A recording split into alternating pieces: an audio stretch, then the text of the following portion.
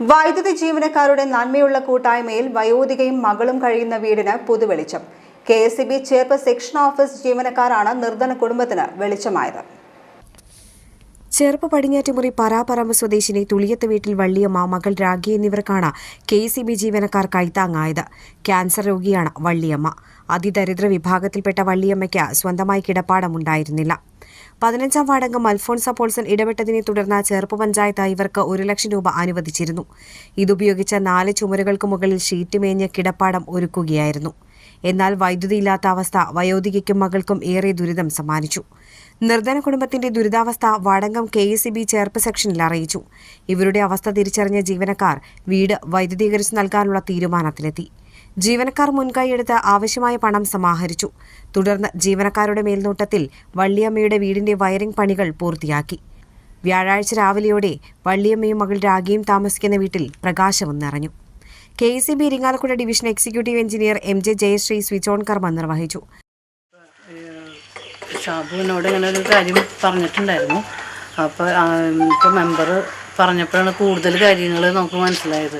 ഇവർ ഇത്രയും ഒരു ഇതിലായിരുന്നെന്നും അപ്പോൾ അവർക്ക് വേണ്ടിയിട്ട് ഇപ്പോൾ വീടുണ്ടാക്കാനായിട്ടും ഇപ്പം മെമ്പർ അതിൽ വളരെയധികം ഒരു പങ്ക് വഹിച്ചിട്ടുണ്ടെന്ന് നമുക്ക് മനസ്സിലായില്ല. ഈ വീടുണ്ടാക്കാനായിട്ട് അത് വീടുണ്ടാക്കി കഴിഞ്ഞ് അത് കാര്യങ്ങൾ കഴിഞ്ഞപ്പോഴാണ് പിന്നെ ബാക്കിയുള്ള കാര്യങ്ങൾ, പിന്നെ ഒരു ലൈറ്റ് കത്തിക്കാനുള്ള കാര്യങ്ങൾ അതിൻ്റെ അത് വന്നപ്പോഴാണ് ഇപ്പോൾ നമ്മുടെ അടുത്തേക്ക് അതിൻ്റെ കാര്യങ്ങളായിട്ട് വന്നത്.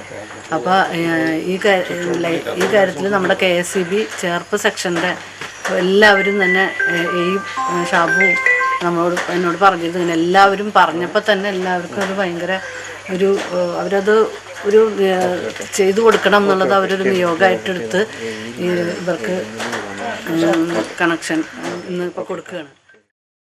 വാർഡ് മെമ്പർ അൽഫോൺസ പോൾസൺ അധ്യക്ഷയായി.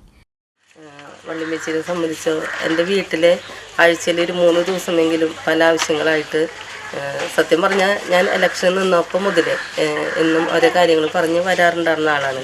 പക്ഷെ നമുക്ക് വെള്ളിമേച്ചിക്കൊന്നും ചെയ്തു കൊടുക്കാൻ പറ്റാത്ത അവസ്ഥയായിരുന്നു.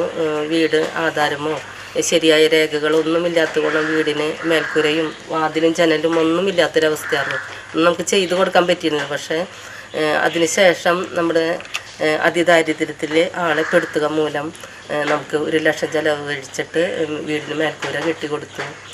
പിന്നെ ജനലും അതിലും ഇങ്ങനെ കാണുന്ന ഒരു വാസയോഗ്യമാക്കാനായിട്ട് ആൾക്ക് ചെയ്തു കൊടുക്കാൻ പറ്റി. പിന്നെ എല്ലാ മാസം ഒരു 1,500 രൂപ വില വരുന്ന ലൂർദ് മാത സ്കൂളിൽ നിന്ന് കിറ്റ് കിട്ടും. അതും ആൾക്ക് ഞാൻ കൊണ്ടു കൊടുക്കാറുണ്ട്.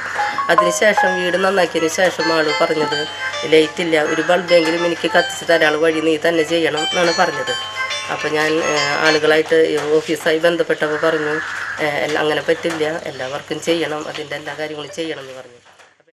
Assistant executive engineer PM Nixon, Cherpu section assistant engineer Shibu, superintendent Sudheer, overseer Radhakrishnan, Manoj, Cherpu section sub engineer Krishnakumar, sub engineer Sivadas, Rineesh, Vinod, Ajmal, നാട്ടുകാർ എന്നിവരും കുടുംബത്തിന് ആശംസ നേർന്നു.